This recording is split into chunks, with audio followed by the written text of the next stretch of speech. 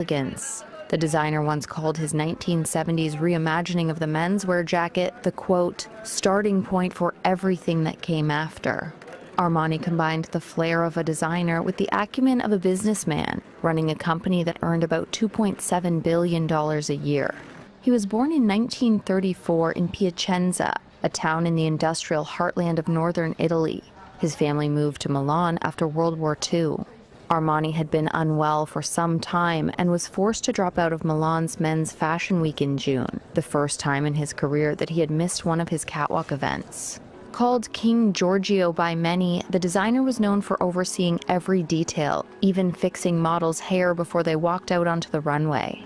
The Armani Group said a funeral chamber will be set up on Saturday and Sunday in Milan, followed by a private funeral at a later date.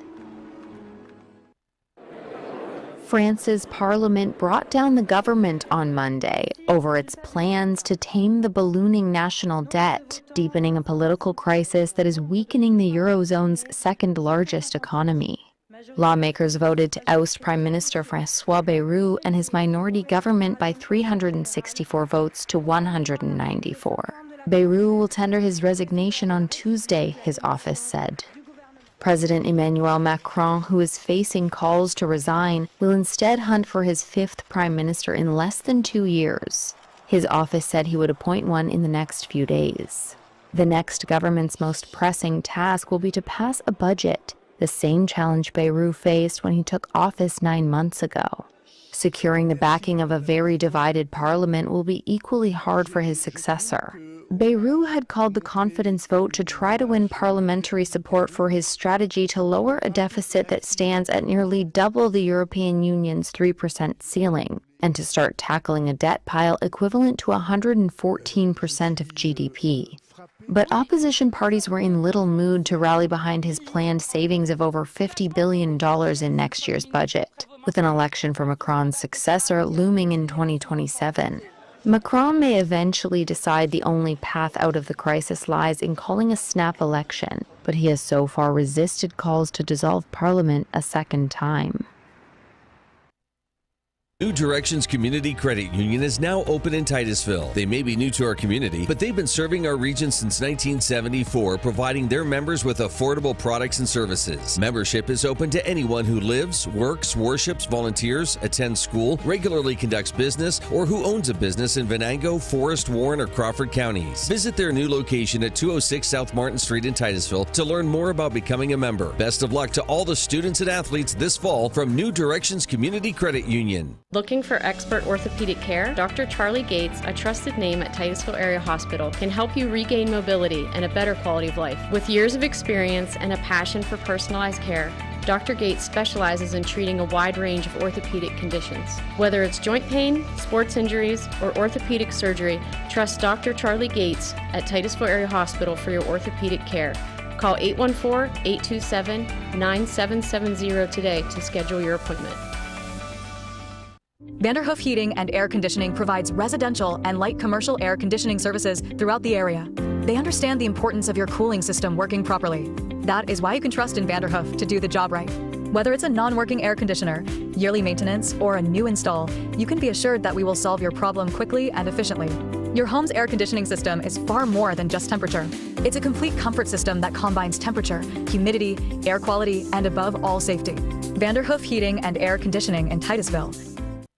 Titusville Market Square is home to over 100 unique vendors featuring antiques, collectibles, candles, coins, baked goods, dairy products, food items, comic books, toys, and so much more. You'll discover something new every time you walk through the door. Did we mention the selection of baked goods, breads, Clark's Donuts, and Amish pies? Titusville Market Square has you covered. Stop in to explore today. Titusville Market Square in downtown Titusville.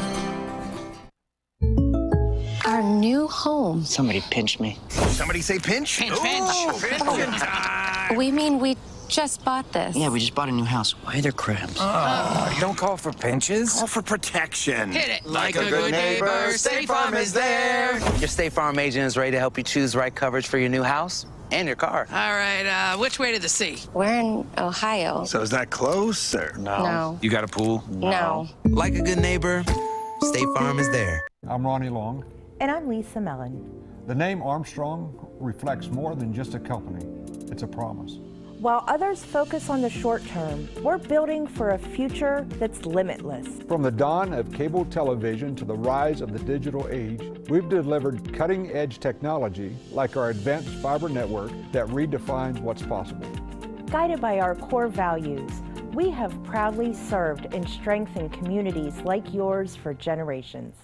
Fat Chad's is Titusville's premier dining destination. Come hungry and enjoy these menu favorites: T-bone steak, homemade meatloaf dinner, or soft shell crab tacos. Dive into fresh pasta entrees like shrimp and scallop pasta or our signature Asiago chicken. And don't miss our famous burgers and fish sandwiches, all served with fresh cut fries. Fridays mean prime rib specials. Enjoy wild game Saturdays. And on Sundays, it's our all-you-can-eat wing buffet. For good food and good times, it's Fat Chad's Brewing in Titusville. 211 is an easy-to-remember telephone number for finding health and human services for everyday needs and in crisis situations. Every day, highly trained 211 call specialists provide referrals to basic human needs resources like food banks and shelters, physical and mental health, employment support, support for youth and child care programs, and support for adults and persons with disabilities. To learn more, dial 211 or visit pa211nw.org.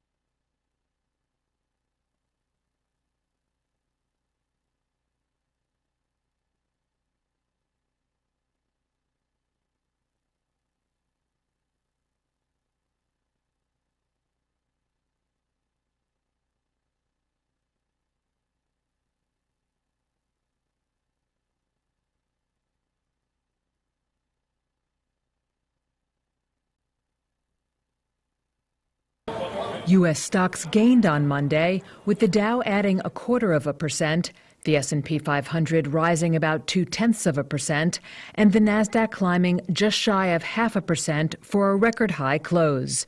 Investors expect multiple interest rate cuts this year after a troubling non-farm payrolls report on Friday added to concerns about a weakening U.S. jobs market.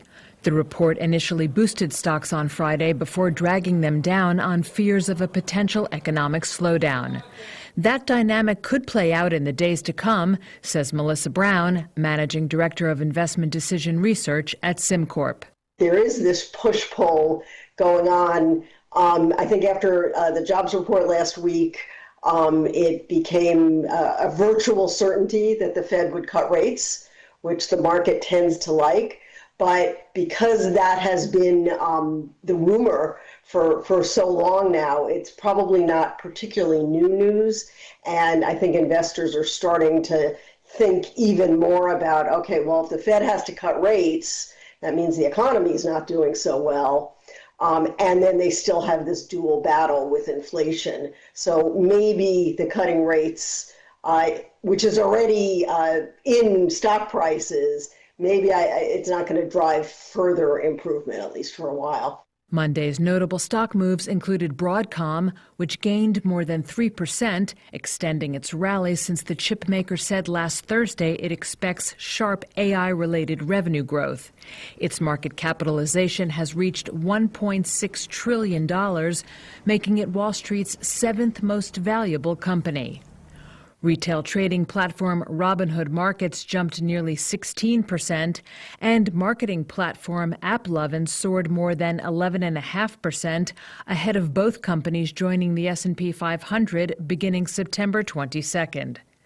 and shares of EchoStar rallied nearly 20% after the telecommunications services firm agreed to sell wireless spectrum licenses to SpaceX for its Starlink satellite network for about $17 billion. Elon Musk's SpaceX said on Monday it will buy wireless spectrum licenses from EchoStar for its Starlink satellite network for about $17 billion. Shares of EchoStar jumped more than 25% in morning trading. Meanwhile, shares of U.S. wireless carriers AT&T, T-Mobile, and Verizon all fell following the news, shedding between 3 and 6% each at their lowest points Monday morning. The deal is crucial to SpaceX and its effort to expand Starlink's 5G connectivity business. It comes months after the Federal Communications Commission raised concerns about whether EchoStar was meeting its obligations to deploy 5G in the U.S. President Donald Trump had earlier prodded the company and FCC Chair Brendan Carr to reach an amicable deal over the fate of the company's wireless spectrum licenses. EchoStar in August sold some wireless spectrum licenses to AT&T for $23 billion, its first move to resolve the regulatory probe. This spectrum purchase allows SpaceX to start building and deploying upgraded laser-connected satellites that the company said will expand the cell network's capacity by more than 100 times. It also said the deal will help it end mobile dead zones around the world. The push comes amid fast-rising wireless usage. Industry group CTIA said on Monday that Americans used a record 132 trillion megabytes of mobile data last year, up 35% over the prior all-time record. In addition to the spectrum sale, EchoStar and SpaceX have entered into a commercial agreement, which will enable EchoStar's Boost mobile subscribers to access Starlink direct-to-cell service.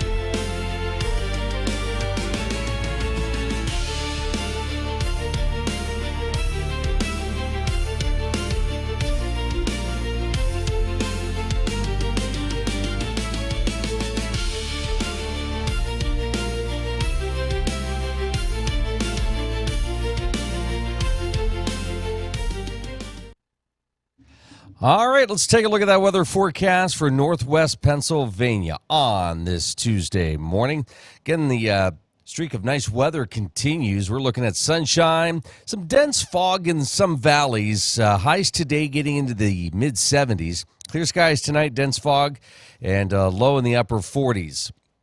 Wednesday, sunshine, upper 70s. Thursday, mostly sunny, upper 70s. Friday, mostly sunny, a high near 80. Saturday, partly cloudy, and a high near 80 degrees. That is a look at your weather forecast at Well, 7:15, almost 7:16 here this morning. This is the Morning Drill. You're watching it on Stream TV and on the Armstrong Neighborhood Channel.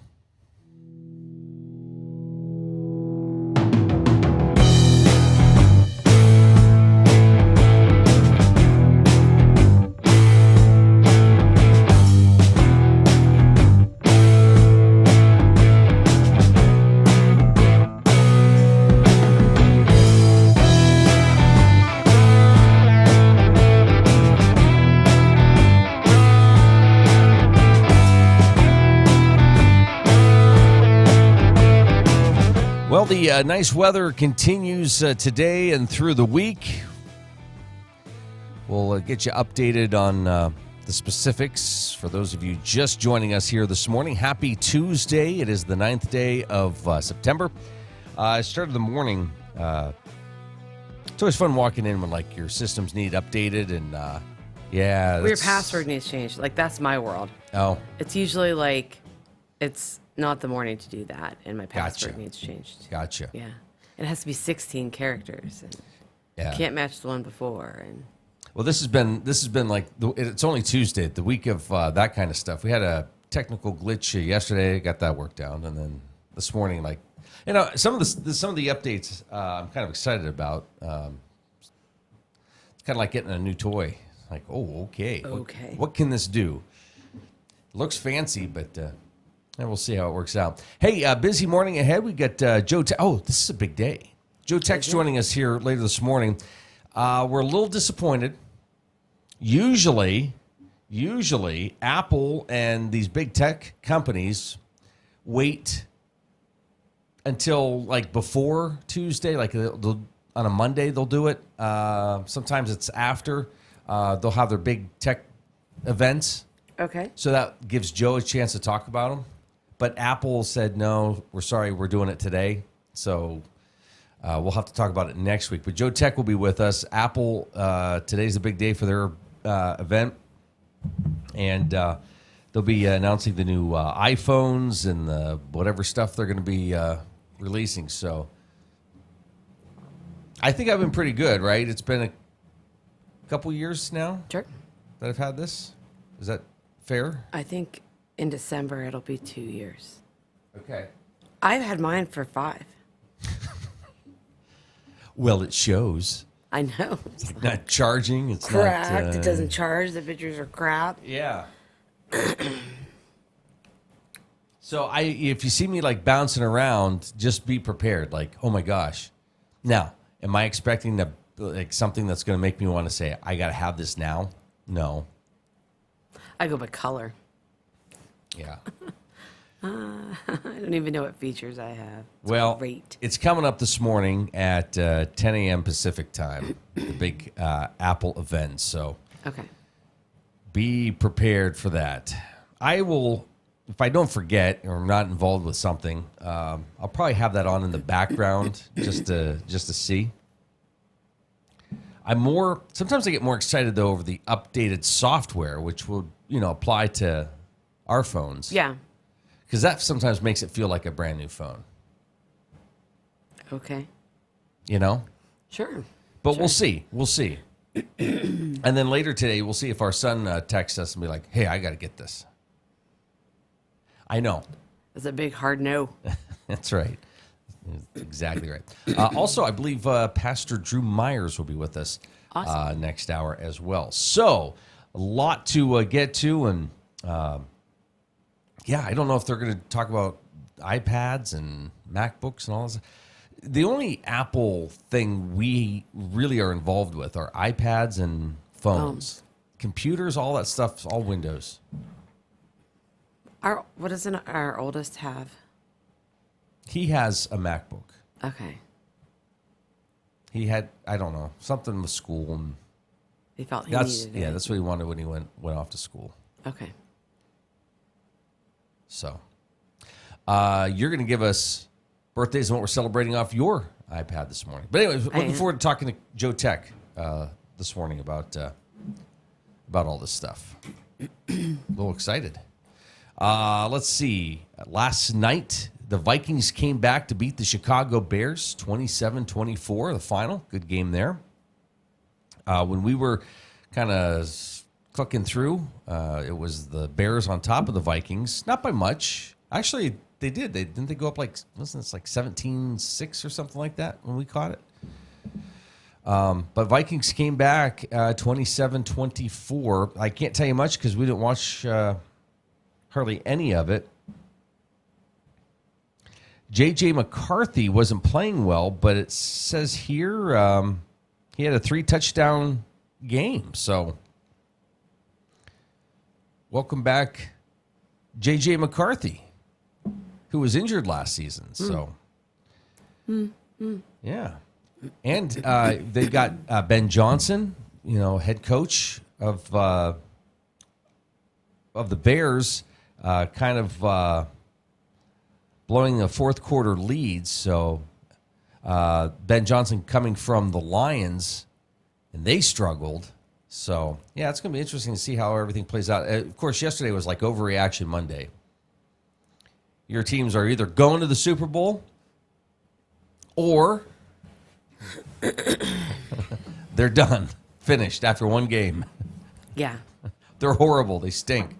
So that's sort of the consensus after all the Sunday games. All right. We got birthdays. You want to do those now? We can get to those. Sure. Today's the 9th day of whatever month we're in. September. It's not even worth keeping track anymore. It goes so 9/9. fast. Are you ready? Yep. Okay. Actor Hugh Grant is 65. Wow. I know. Adam Sandler is 59. Singer Michael Bublé is 49. Actress Michelle Williams is 45. Actress Kelsey Bill is 34. Actress Ava Phillips is 26. And that is all. What kind of coffee is this? 8 o'clock. Oh. Okay. Sorry. Not the reaction you were going for. I just took a sip. Mine's fine. You said, can you try not putting so much creamer in my coffee? I did say that. Mm-hmm. And I did listen. I feel like that's your problem. But it's 8 o'clock coffee. Oh, doesn't taste right. Mine is delicious. Okay. Happy birthday to them. Happy birthday to you. If today happens to be your birthday from all of us here today. What are we celebrating? California Admission Day. Care Bear Share Your Care Day. Ah, yes. The Care Bear stare. Remember Emergency Services Day. Thank you to all of our first responders. Oh, yes. You handle all this while I continue to take little sips to see. Why don't you go change? Put some more creamer in it and quit whining. Well, no, I don't. Maybe it's the mouthwash from this morning. I'm going to take another sip. Boy, that just shocked me, though. Yeah, well, you asked for it. I did. I gave it to you.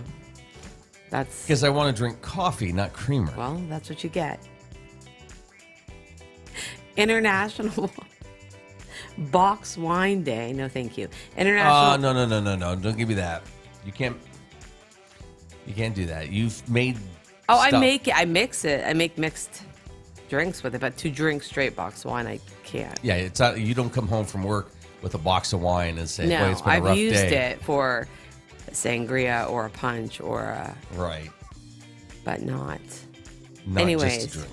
Not just. Is it bad? I don't know. It's just me. I am weird. Like I will not. Well, I'll vouch for that. Drink things out of cans or wine out of boxes. Can I pick on you just for 1 second, and then this will be it? This will be it. This is the thing that is the most crazy to me of all things. Mm-hmm. Now explain this. You won't eat tacos, like in a hard shell. Mm-mm. You won't eat tacos, but you'll take tortilla chips and put taco meat on the chips. It's the same thing. No, it's not. Because I can ration the amount of meat. I'm like, I can't handle biting into. I can't do it. International. Don't put that much taco meat in the shell. Yeah, I can't do it. I don't like it. Nope. This is what I live with, folks. Are you done? Yeah. No. Okay. Continue to drink your coffee and wine. International Day to Protect Education from Attack. International Fetal Alcohol Spectrum Disorder Awareness Day. International Sudoku Day.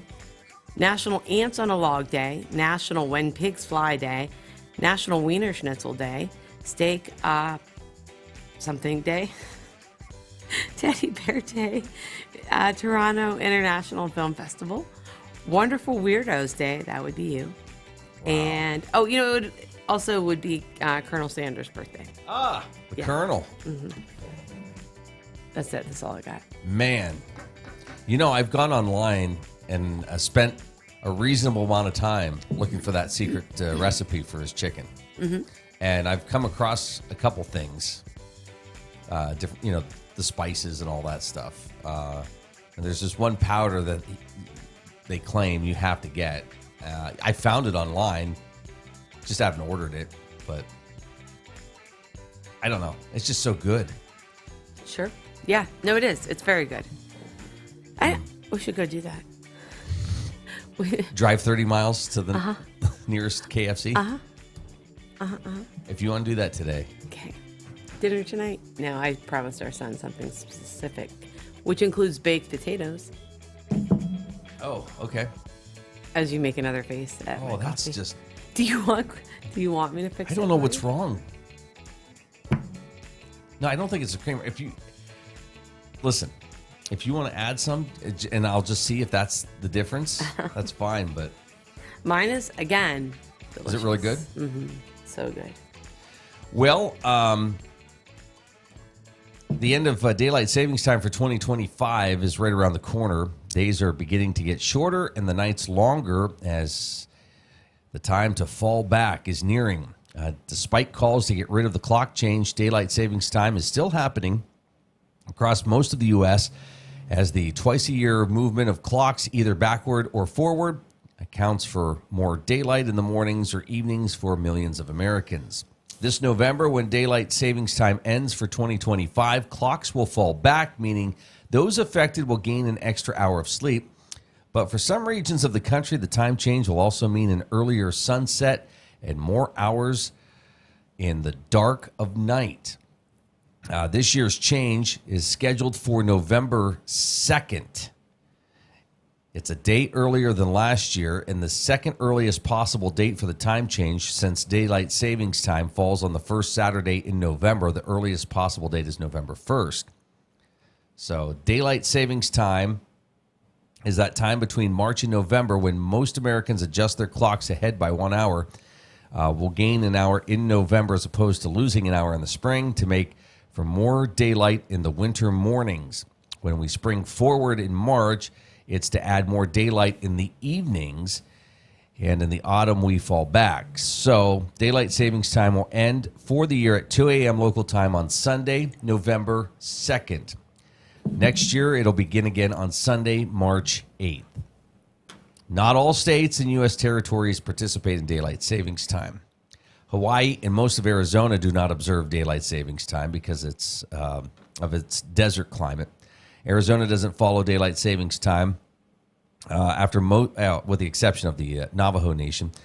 Most of the U.S. adopted the Uniform Time Act. So there are 5 other U.S. territories that do not participate. Guam's one, Puerto Rico, U.S. Virgin Islands. So anyways, look for that. That seems like that's like right around the corner, doesn't it? That's crazy. November 2nd? Mm-hmm. Oh, man. Well, it's funny because I noticed when I got here this morning, my difference comes when our drive-through lights are still on. Because they're on a timer, and I have to change them, like reset the timer date for the change of time. Gotcha. But usually they're, like when it's this bright, they're off. So. Yeah. Well, our time says it's about 7:30. Your headlines are coming up next.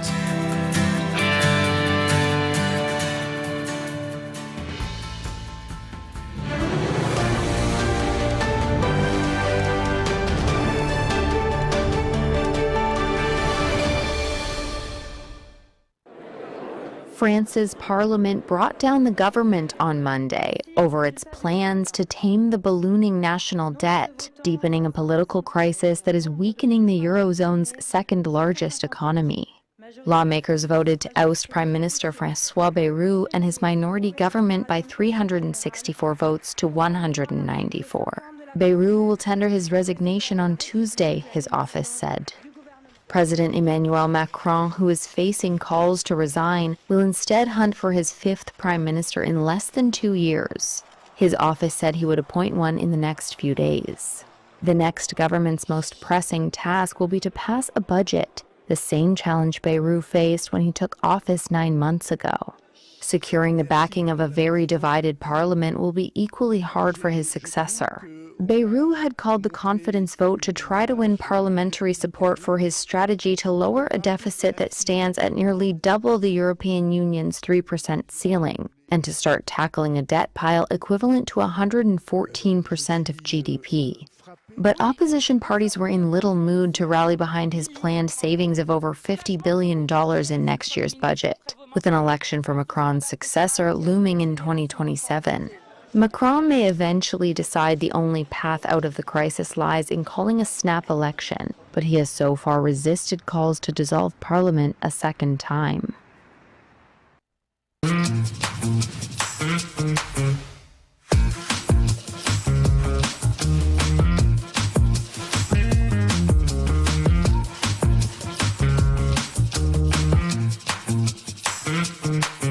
Discover no-sweat savings of over $7,000 off your next Chevy truck. It's Community Chevrolet's Dog Days of Summer sales event. Our mascot Clark can hardly contain his excitement, and he's asleep, of course. This month, don't sleep on our hottest savings of the summer, including more than $7,000 off MSRP on a new Silverado, or save nearly $2,000 on hot new SUVs like the Trax and the Equinox. The Dog Days of Summer sales event. Where? At Community Chevrolet.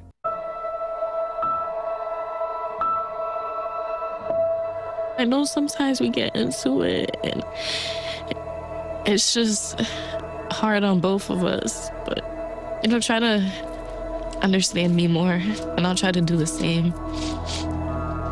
But you have excuses because you're old, so it's okay. Listening is a form of love.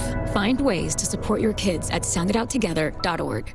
Marsh Home Center Furniture, Appliances, and Bedding is located at 305 East Spring Street in Titusville. Marsh Home Center welcomes you in to explore their growing inventory of name brand furniture, appliances, and bedding. Need something not currently in stock? No problem. Order from Marsh's online catalog and have it delivered right to your door. Visit Marsh's to see their entire showroom. Ask questions, see what items are on sale, or just stop in and say hi. Marsh Home Center Furniture, Appliances, and Bedding, behind Giant Eagle in Titusville. Did you hear? Todd's in the hospital. Who's Todd? He got a collapsed lung from vaping. He thought it was cool. Not cool.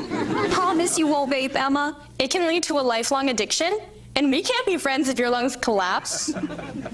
Bogus. Wacky sitcom teens aren't the best people to talk to your kid about vaping. Hey, you got a minute? You are. Start the conversation with your child about vaping today. Whether you want to go and lead in your craft in the trades, whether you want to go and be that nurse or medical worker and have a real impact on lives, or whether you want to go and help that business improve its bottom line, this is the place, and now is your time to go with confidence, to go with skill, to go succeed. The Education and Training Center at Pitt Titusville. I needed a place I could feel cared for without the long drive.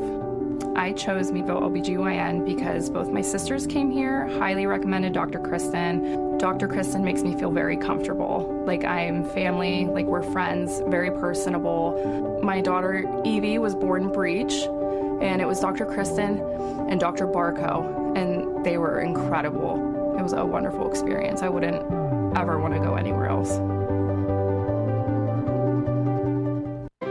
Community Connect Federal Credit Union, serving Crawford, Venango, Forest, and Warren counties. Their mission is to provide quality, low-cost, and personal financial products for the growth and security of their members and families. Stop in, call, or visit our website, communityconnectfcu.com, and click Join to get started. Community Connect Federal Credit Union, 1050 East Spring Street in Titusville.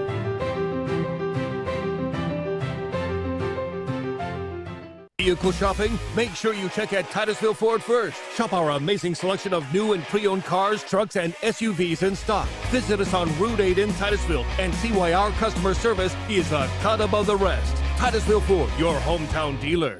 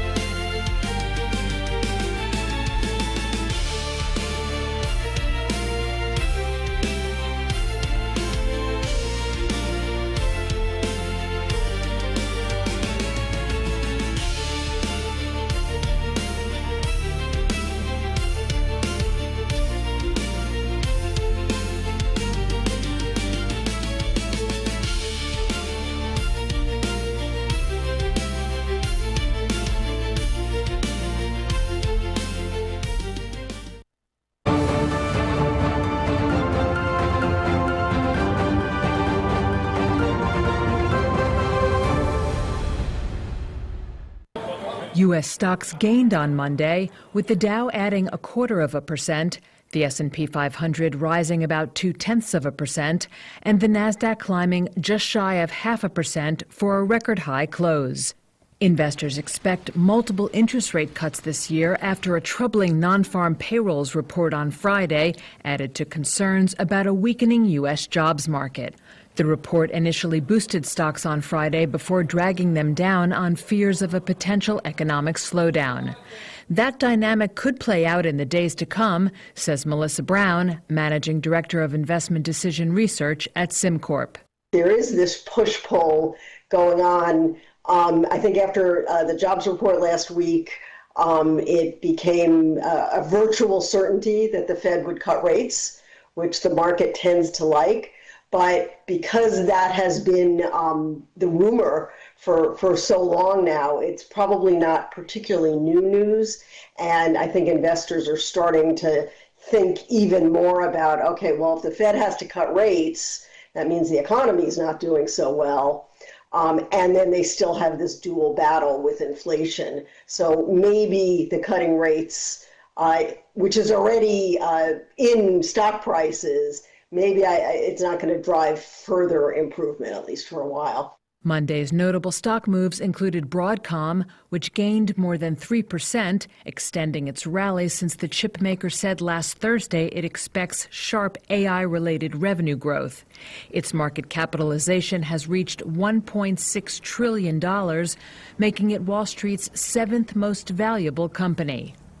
Retail trading platform Robinhood Markets jumped nearly 16%, and marketing platform AppLovin soared more than 11.5%, ahead of both companies joining the S&P 500 beginning September 22nd.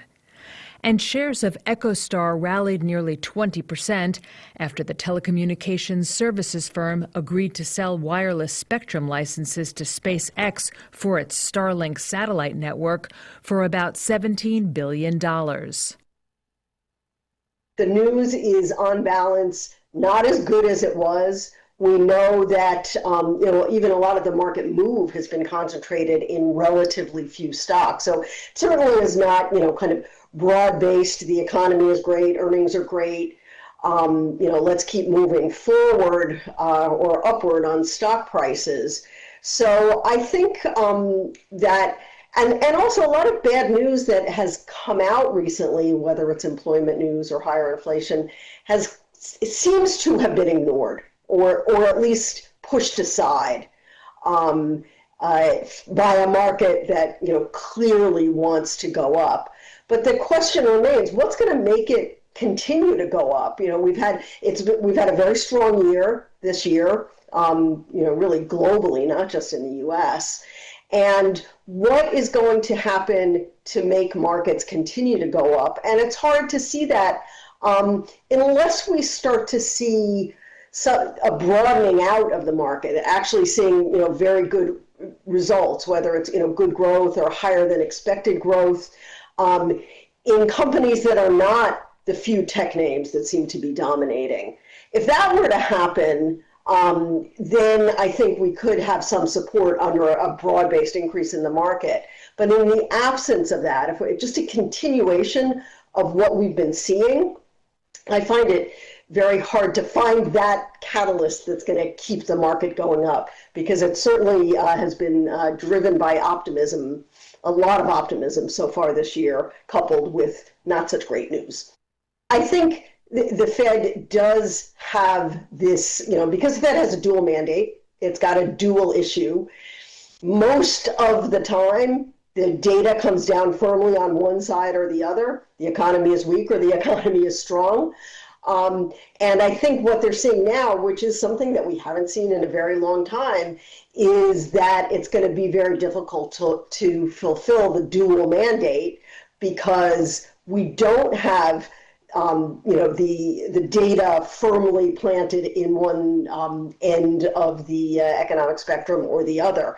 So I think, given that the labor market still seems strong enough, and part of the issue is deportations or the loss of government jobs, and it does seem like it could potentially be more disconcerting if the Fed were to cut more than is expected, because again, we don't have such a bad labor market, and we still have inflation that is higher than the mandate, higher than expected, and moving in the wrong direction.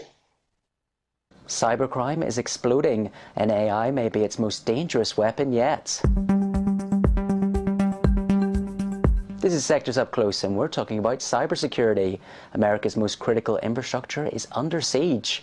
Cyber attacks are escalating, and AI is helping hackers strike faster, smarter, and at scale. Nearly 1 in 4 cybersecurity leaders say that they faced AI-powered attacks in the past year, and the global cost is expected to hit $10.5 trillion. A crushing burden or a massive investment opportunity? Peter Anderson is the founder of Anderson Capital Management. So, Peter, it's clear we're in the early stages of an AI arms race. The attackers have moved first, but do they have the edge? Well, your opening intro about is it a crushing burden or an investment opportunity, I have to say, I think it's both. We certainly can talk about the investment opportunity, but let me just tell you something that stunned me, frankly, about the advancement of AI. A lot of people are not aware of this, but I follow physics experiments very closely, and they have discovered that if they tell AI to put in a random number of all their instrumentations and ask AI what is the best way to assemble this configuration of measurement equipment to conduct an experiment, AI produces a fascinating result that no human had thought of before. In other words, it's incredibly innovative with the existing components and beats humans.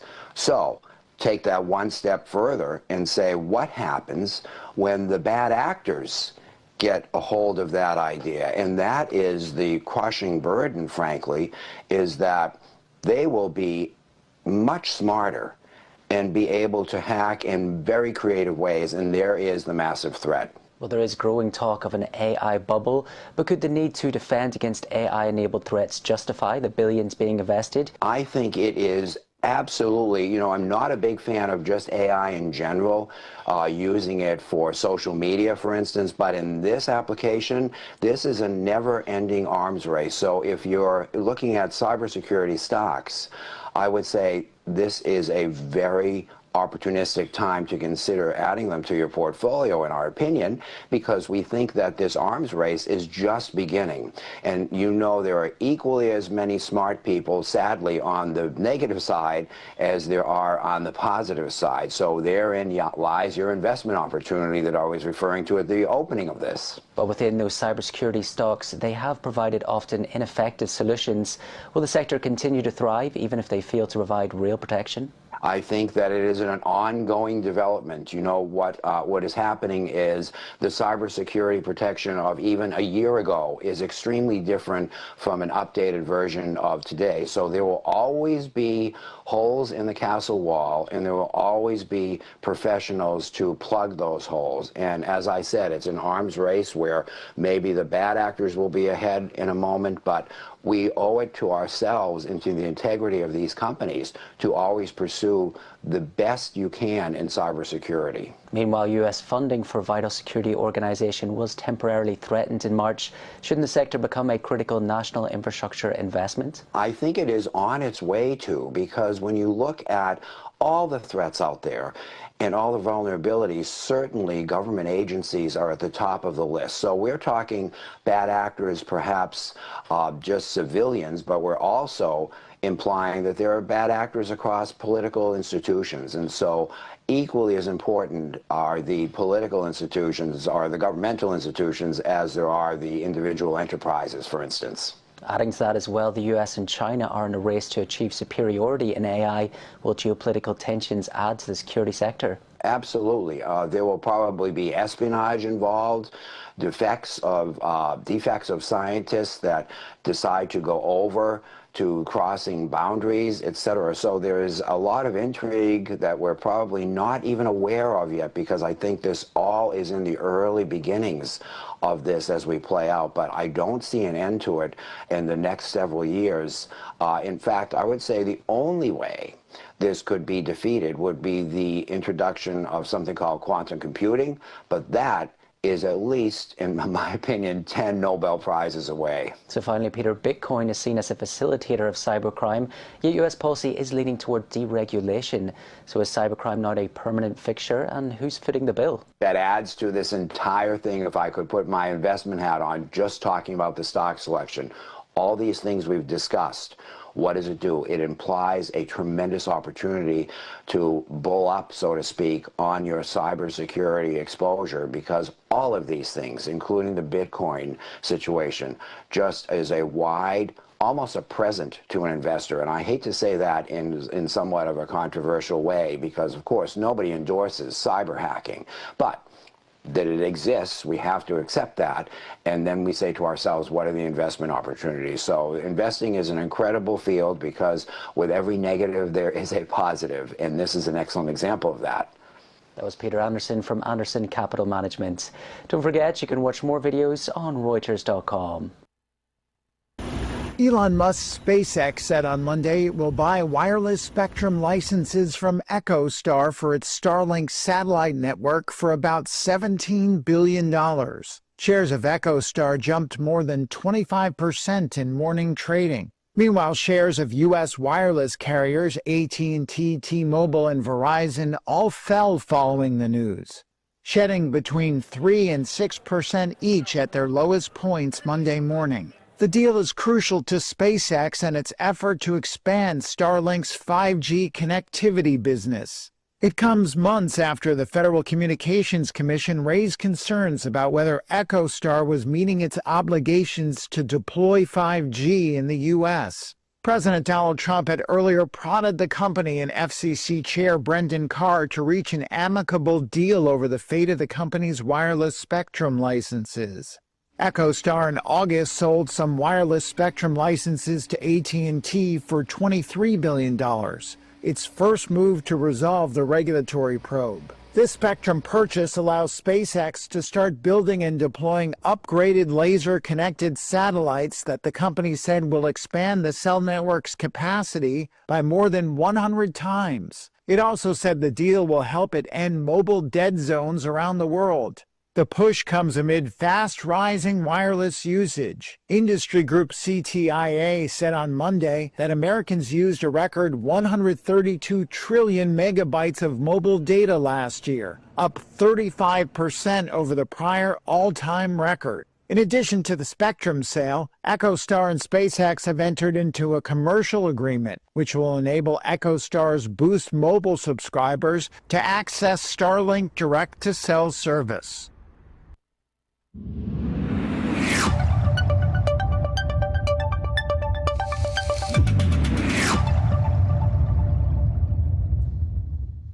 Well, the nice weather continues this week. Plenty of sunshine, dense fog in some valleys, so be careful if you're driving in those low-lying areas. Mid-70s for a high today. Clear skies tonight, dense fog in some valleys, lows in the upper 40s. Wednesday, sunshine, mid-70s. Thursday, mostly sunny, upper 70s. Friday, mostly sunny, upper 70s. Saturday, partly cloudy, and a high near 80. That is a look at your weather forecast at 7:52. This is the Morning Drill. You're watching it on Stream TV and on the Armstrong Neighborhood Channel.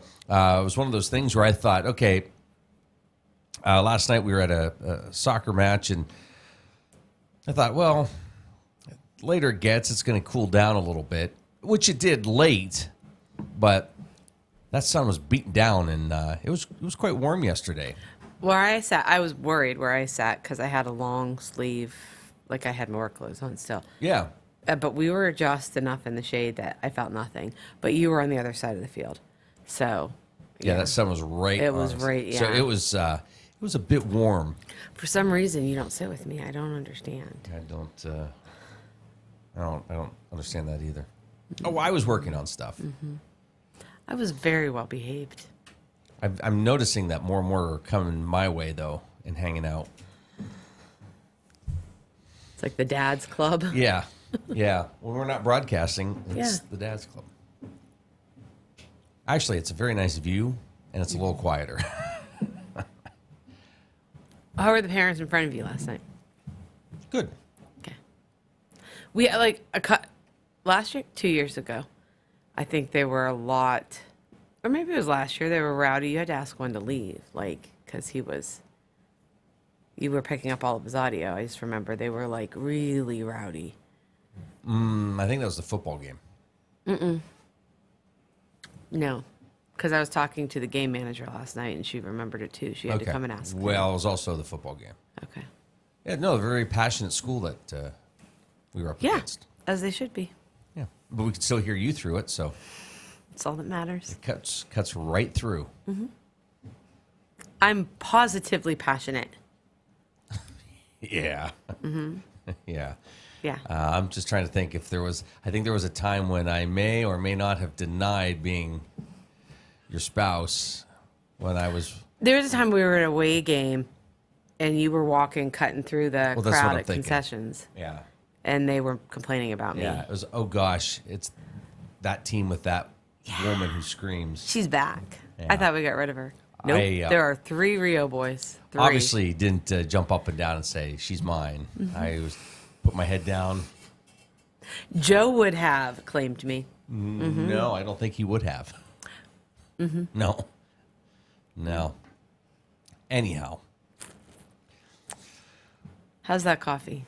This isn't the new No, it's not. pot, it's coming. is it? No, your new pot's coming. Don't worry. Okay. I don't know what it's. Listen. It's you. It's me. It's 100% you. Absolutely. Yep. It's just not. He took his first sip, Joe, and was stop. like, exactly like that.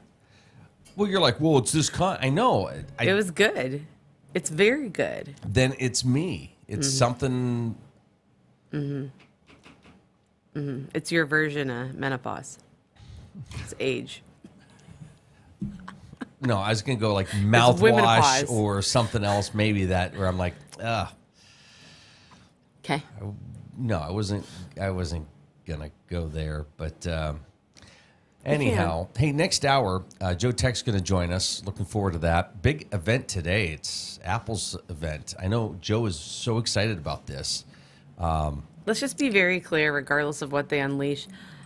I get a new phone first. Hers, yeah. 5 years? 5 years, or maybe more. It could be more. It's been a very long time. It's like, it's... Yeah, that's overdue. Yeah. But what makes... Okay, so this is a question maybe... I don't know, he doesn't have to get into this. Okay. Obviously, these companies are making these phones to last at least 2 years. Just in terms of the excitement and the stuff that they're coming out with. Okay, we're going to put this software out here for your phone, but you really need the latest processor, and for it to do everything, you need to have this tech in it, which, my phone doesn't, but the new ones do, right? Right. So, I mean, why not make this thing last for, like a PlayStation, where you just get the upgraded maybe they charge for the software if you want the fancy software. I don't know. But we're going to find out how good these things are going to be. I'm guessing this is what you're going to hear today if you watch the Apple event, or if we talk about it tomorrow or next week. This is the greatest iPhone we've ever made. That phrase, some shape, form, is going to come out today. And it probably is on a very detailed level, right? Technically it is. Which is the best kind of correct. Right. Which is, yeah. Other than that, it's really not going to be that exciting. So that's my theory. But we're going to hear more with Joe Tech coming up next hour. Also, I believe Pastor Drew Myers will be joining us as well. Edward Faulkner, the actor in some John Wayne and Elvis Presley films, has passed away at the age of 93.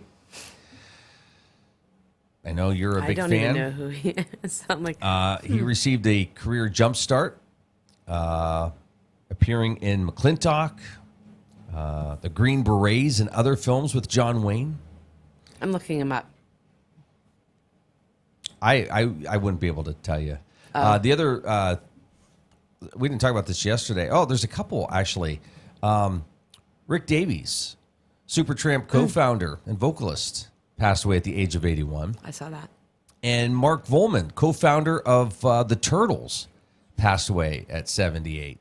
Oh. That was a big one because Oh, I think they toured like once a year, the Turtles. But yeah, I always liked the Turtles. Yeah. I don't know. I'm looking at him. Yeah, you're not going to recognize him. I have just no thought idea. here's a list of a few celebrity passings that we missed. Just thought I'd bring that to your attention. Thanks. I appreciate that. Okay. Wasn't talking about football. Wasn't talking about... I know, right? So weird. Amy's so excited to be in this time of year. Can't contain myself. Why are you watching this game?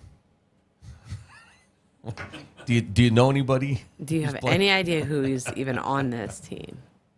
What? Never mind. What? I'm not throwing you under the bus. You can. You've been throwing me under the bus all morning. All morning. Yeah. Nope. I'm good. Okay. I'll save it for tomorrow. We'll take it. Third hour coming up. Going to be another beautiful day today. Mid-70s. We'll take it.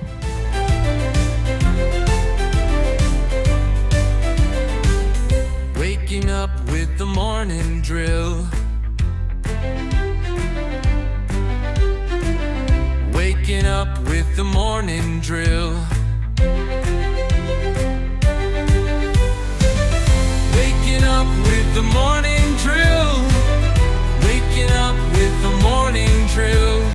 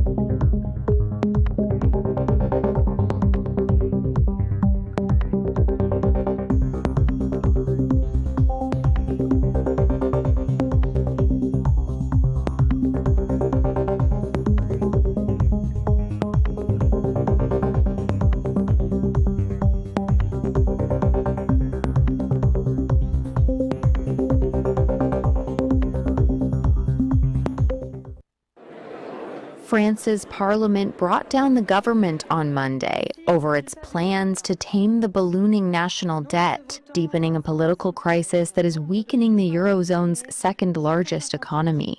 Lawmakers voted to oust Prime Minister François Bayrou and his minority government by 364 votes to 194. Bayrou will tender his resignation on Tuesday, his office said. President Emmanuel Macron, who is facing calls to resign, will instead hunt for his fifth prime minister in less than 2 years. His office said he would appoint one in the next few days. The next government's most pressing task will be to pass a budget, the same challenge Bayrou faced when he took office 9 months ago.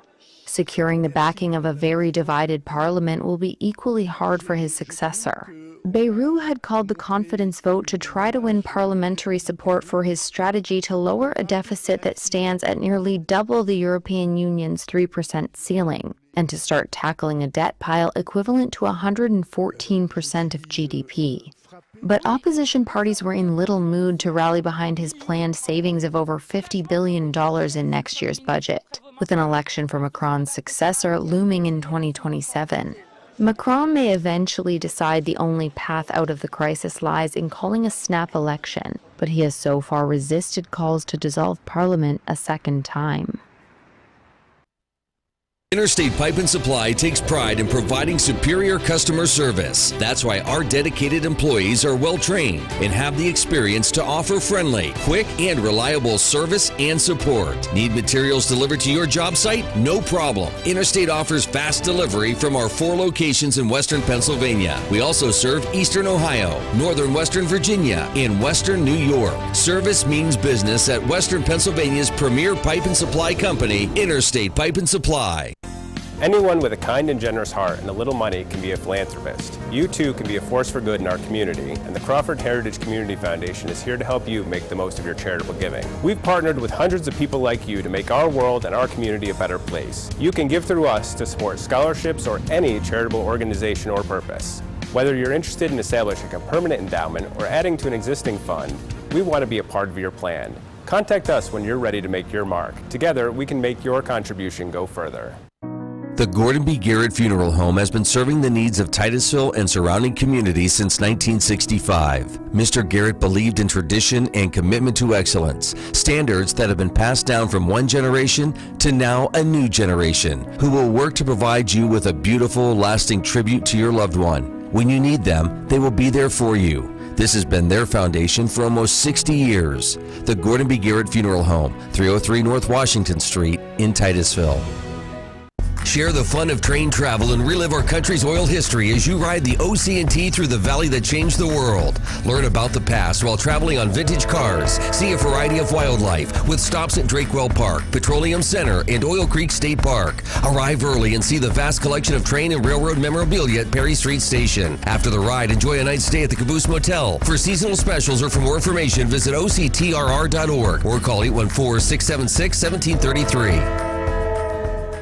For over 30 years, J. Gill Plumbing and Heating has taken pride in being the premier heating and air conditioning service provider in the area. Our highly skilled and certified technicians will work closely with you to address your heating and air conditioning repair, installation, or maintenance needs. And with the J. Gill Service membership, you can take advantage of additional benefits like filter replacements and priority service scheduling. Plus, members get 10% off future projects. Call today to get a free estimate or ask about financing options. Call J. Gill Plumbing and Heating today or visit them online at jgillplumbingheating.com.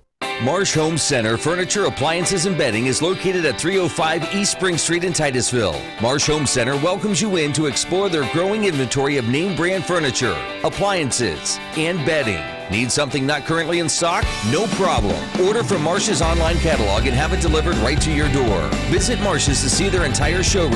Ask questions, see what items are on sale, or just stop in and say hi. Marsh Home Center Furniture, Appliances, and Bedding, behind Giant Eagle in Titusville. 211 is a simple telephone number to remember when you don't know where to go for help. Dial 211 when needing to find health and human services for everyday needs and in crisis situations. It's free and confidential, and you'll have access to thousands of programs and services for emergency and non-emergency situations. Visit pa211nw.org to learn more, and remember, help is available by calling 211. Are you tired of juggling multiple pill bottles? Titusville Express Pharmacy has your solution, now offering compliance packaging. Your medication sorted and sealed by dose, making it easier than ever to stay on track.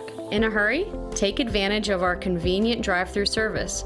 We also offer free local delivery for those that qualify. Titusville Express Pharmacy, where convenience meets care.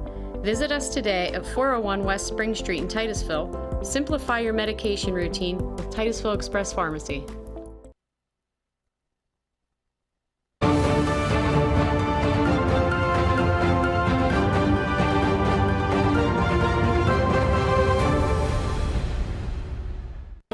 U.S. stocks gained on Monday, with the Dow adding 0.25%, the S&P 500 rising about 0.2%, and the Nasdaq climbing just shy of 0.5% for a record-high close.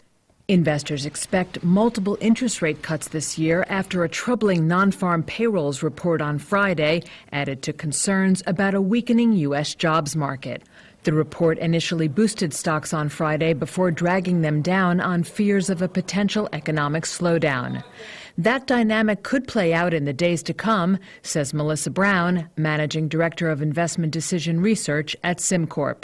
There is this push-pull going on. I think after the jobs report last week, it became a virtual certainty that the Fed would cut rates, which the market tends to like.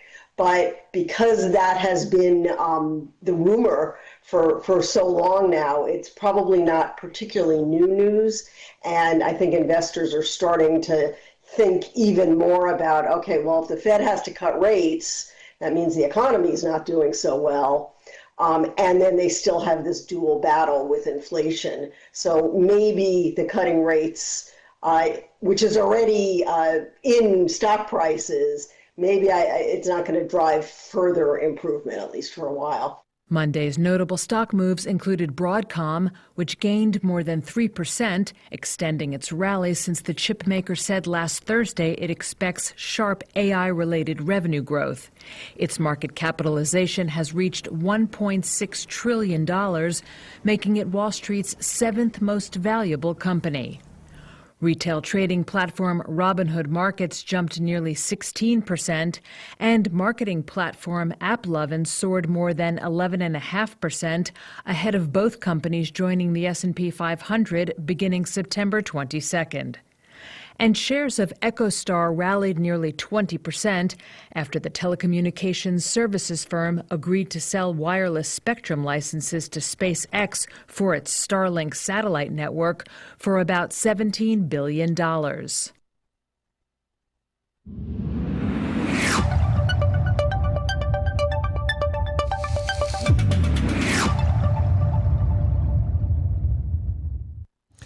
Sunshine, dense fog in low-lying areas today, but going to be another nice day, mid-70s for a high. Clear skies tonight, dense fog in some low-lying areas, upper 40s for a low. Wednesday, sunshine, mid-70s. Thursday, mostly sunny, upper 70s. Friday, mostly sunny, a high of near 80 degrees. And Saturday, mostly sunny with temperatures nearing 80 as well. This is The Morning Drill. You're watching it on Stream TV and on the Armstrong Neighborhood Channel.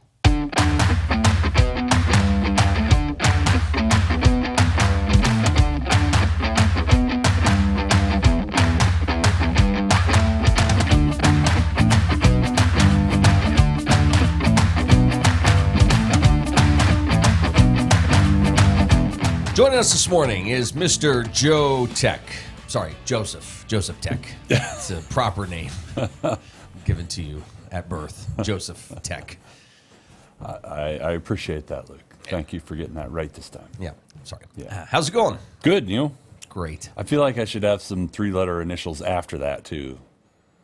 Yeah. Joseph Tech. Esquire. PhD. What's the PhD in? Don't ask. Don't ask. You don't need to know. I'll have to make something up. Yeah. Okay. Use that AI to help us figure that out. That's good stuff. I'll tell you what. That's all. Yeah. You like playing with that stuff, don't you? Yeah. I don't. You know what, though? I've been using it subtly in some things. Yeah. And I don't think people have noticed it. But to me, it's like, okay, that's kind of cool. Yeah. Well, I came on with Mr. Sports Bruce on Friday. Yes, and you did. We were getting set up, and I was sitting and getting comfortable, and I could... for those behind-the-scenes info, for those that don't know, like most of the time the guest can't hear the music that you hear, but Luke has a dial over there, and he could turn it up. Well, he had it up just enough that I could hear, and I was like, oh, he's trying to come up with a jingle real quick using AI, and I just get this, I see this look on his face like, nah, he didn't like that one, so... Yeah. But yeah, it's quick, and like you can just be like, yeah, plug in some inputs and see what it comes out with. Yeah, absolutely. Yeah, it's amazing stuff. Again, it's you're hearing all sorts of different people say different things about where we're going with this. Some of it's scary. Some of it is related to jobs and unemployment. Yeah. Some of it is end of the world. Some of it is, hey, we're going to be able to, and we're starting to see changes in medical advancements and other, there's, so like anything, Joe, I think there's probably a couple sides to the coin here that... Exactly. And like I've said before, it is not a sentient being. It is just a tool. That's all it is it's a tool. And just like any tool that we have, it can be used for good or it can be used for bad.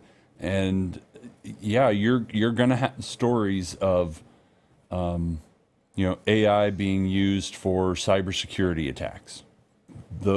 Those have already started. They've been kind of quiet. Eventually, we're going to get a big one here. I would say within 6 months to a year, we're going to have a big one that the mainstream media is going to finally say, oh, AI was used in this cyber attack, and this is a big concern. It is a concern. But also, there's good people using AI to boost security, too. Right. So what was last week's issue, or 2 weeks ago with I don't know, we talked about this with the Gmail. Yeah. Come to find out, it wasn't a problem, is what I was told. Yeah. So I read an article that said, no, it was blown way out of proportion and there was no issue. Great. Yeah. That's probably why you haven't heard much about it then, right? Okay. Right. So again, AI is still just a tool. It is a very powerful tool and, will continue to grow. And like you said, if you want to use it for good, if you want to use it for health enhancements they're talking about using it to find new drug combinations to help people that, need to be on a life-saving drug for the rest of their lives, They're using it to try and grow your own lab-based organs so that if you have to have an organ transplant, you don't have to be on anti-rejection drugs for the rest of your life, which a lot of people have to take. I mean, it's a great that we have the ability to transplant an organ into somebody that really needs it, but there are, people don't understand sometimes that there are complications with that, and you have to take drugs so that your body doesn't reject that organ. But if we can use AI to figure out how to grow those in a lab based on your own cells and your own tissue, then your body thinks it's yours already. And so you don't have to take those drugs, and your body can accept that a lot better, and it works a lot better. And those are some of the things that they're trying to use AI to help with, So it can be really good, or you can use it for nefarious reasons as well. So it is still just a tool. All right. You calm down now? Are you okay? Well, I'm going to start using it for good. You've convinced me. Okay. Yes. After months and months of playing with this and trying to do evil things, I'm going to be good. There's going to be a lot of confusion out there. I read an article about Google's new updated AI where you can have it edit photos. So again, you can upload a black and white photo of your great-great-grandparents and just say, Google colorize this. And it will colorize it, like almost instantaneously. And so now you have a color photograph of your ancestors. but then they showed other things that you can do with it. And they took the famous Dewey Defeats Truman, and they had it reverse it. Oh, wow. And it looked just like the original picture, but it was reversed. So you're going to see that kind of stuff, like people putting up photos that are completely fake, but to try and convince you of something. Well, and in fairness, this has been going on, with the invention of Photoshop, right? It has, yes. So, Yes. so along those lines, Amy had sent me a picture last week, or 2 weeks ago, and it was for a program. And in the picture, the supporter of this athlete was wearing a shirt that had his name on it, but the kid had his number changed. Okay. So he had a different jersey. And Amy asked me if we could fix the number on her jersey to match his, which I'm like, yeah, we can do that here in Photoshop, not a problem. And then I'm like, well, let me just see what AI can do. Yeah. Submitted it, and in 2 seconds, it did it. Yeah. And I was like, oh, wow. Yeah. And so that's where it gets into the concerns over jobs, right? Mm-hmm. 2 years ago, or even less, you had to have somebody that was knowledgeable in Photoshop that could do that, somebody that was to some extent a professional. It's not, you don't have a lot of people who are just common folks that are good at Photoshop. So you either had to pay for that, it took some time, Now, a common person, the layman, can just upload the photo or just take a photo of it and, hey, change this number to whatever. Yeah. And it just does it. So that's the concern over losing the jobs. Now, a lot of people are stating that, look, we've had technological revolutions in the past, and there was always concerns over losing jobs. It takes away certain jobs, but then it creates new ones, is what they'll say. So this is going to be no different, that you're going to take away some jobs, but you're going to create new ones. So the net loss will be minimal. And hopefully those other jobs that it creates will be higher paying, more skilled jobs. So that's the argument. I would say, and this might be stupid or unfair to say, I think some of this is born from companies not being able to hire people, right? So Yeah. what do we do? Some of it is. Because, and again, I'm not going to get into like, this generation doesn't want to work or whatever. Not necessary. Right. Yeah. The simple fact is, I need 10 people who can run Photoshop. I can only hire 6. I can't find any more. Yeah. I've got 4 slots to fill. These guys are overworked and they're overtaxed. What am I going to do? I'm going to hire 2 people who know how to run AI, and I'm going to have them fill in those 4 slots just using AI to do it. Mm-hmm. And the concern is that all 10 slots are going to be taken over completely by AI. I get that concern, but again, history so far through our industrial revolutions has told us that we don't lose jobs. We actually gain jobs, and everybody prospers when it's used correctly. So it's still to be seen, but I think you're absolutely right. It's people that I can't find the workers, so I'm going to use it now just because I have the work. I need this work done. Yeah. And I can't find the people to do it. Yep. We'll see what happens. Yeah. So you're watching The Morning Drill on Stream TV and on the Armstrong Neighborhood Channel. Joe Tech with us here this morning.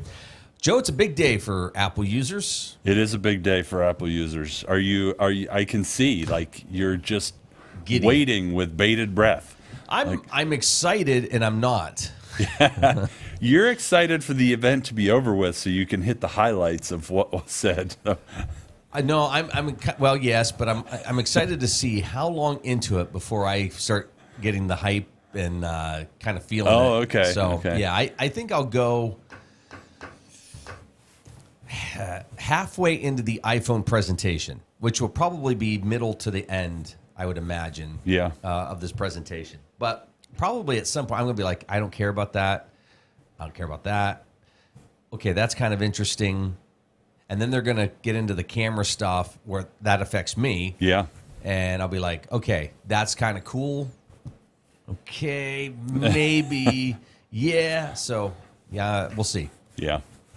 I'm sure that there are a lot of people that are just waiting for it to end so that they can just say to their AI, summarize this event for me. give me 7 bullet points of the highlights. And that'll be like, okay, there you go. I was just thinking back, because now I'm going on, I think, 2 years of having mine. Mm-hmm. So obviously the last couple cycles of these events hasn't gotten me to jump up and down and say, I have to have that. Well, and I think the one you have, it wasn't really an excitement thing. It was more of a, this thing's starting to bog down a little bit, and I'm not getting the performance I need for professional work. Yeah, and I think but I think there were also some major upgrades. But and you bring up a really good point, because the phone I had before this, I also had for more than 3 years. Yeah. So it was and I don't know, Joe. I mean, I can't just blame the manufacturers for batteries not lasting as long, because that's what across the board it is. Yeah. So the older you keep something, that's like a vehicle. You're going to be putting more into maintenance and all that. So, and there's not much maintenance you can do with phones. I mean, you can update the software so that it's secure, but it's not like you can do an oil change on your battery. It's like, it is what it is, and when it starts to cycle out, you just kind of. And they don't make them so that you can replace the battery. Well, I was just going to ask you about that. Is that obviously they don't want to do that? They want to sell a phone. Yeah. But could you send it into a reputable tech and have it? So now that the right to repair laws have kind of taken effect, I think you can. I think you could. I think what'll happen is by the time you pay for that, you're going to be like, just get it. Maybe I just go get a new phone. Well, you bring up a really good point. It's because it's been a couple years since we've heard about, like Apple had a kit you could buy for, I think the glass repair or whatever. Yeah.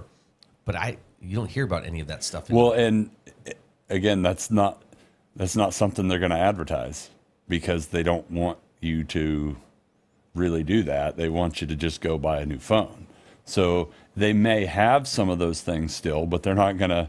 It's not going to be at the the keynote slot in their keynote event. Like, hey, we also have this kit if you want to fix your old one. It'll be buried on their website. It'll be buried on the website. Yeah. So what do you know, or what do you think is going to happen today? Is it going to be order your iPhone today, it ships next week, 2 weeks, October? Because the other aspect to that, which we've talked about, sometimes I feel like I get a new phone when iOS gets their big update. Yeah. I may not get all the features, or not everything may work, but it's a different feel. It feels like a new phone. Yeah. Usually that's like next month, sometime in October when that's released. We're getting, and here's where I'm going with this. We are getting into the holiday season. Yeah. And I see Samsung, their Galaxy watches, they're going to put those on sale for the holidays. I mean, there's a story. So if you think, hey, it's September and we're, believe me, all these companies with tariff talks and all this stuff going on, they're trying to figure things out, and they need to, raise some money. So yeah, absolutely. Holidays may be hitting early. Yeah. And I assume they'll follow their typical standard, which you can pre-order. You'll be able to pre-order them today. They'll be available within 1 to 2 weeks. I don't think it'll be much longer than that. The new phones will come with the new software, and then shortly thereafter, within a couple weeks, those older phones will start to get those software updates. That's kind of their standard, and they don't deviate from that too awful much, unless it's a major rehash, which I don't think this one's going to be. So that's what I would anticipate. Okay. And we'll know more after today. Yeah.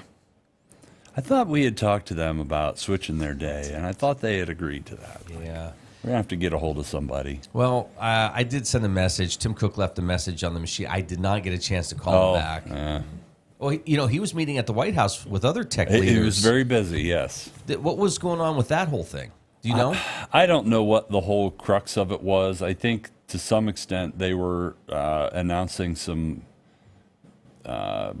money that they were going to put into U.S. manufacturing of some sort, or into the United States. I don't know that there was a whole lot there. I don't think it was a whole lot of substance. I think it was a lot of them like making sure they're in the president's good graces, so that they don't, there's so much to their publicity, and they don't want to get on the president's bad side. They don't want additional tariffs on top of what they're already dealing with.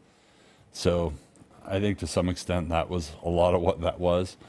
I didn't really read any articles that had any substance to them.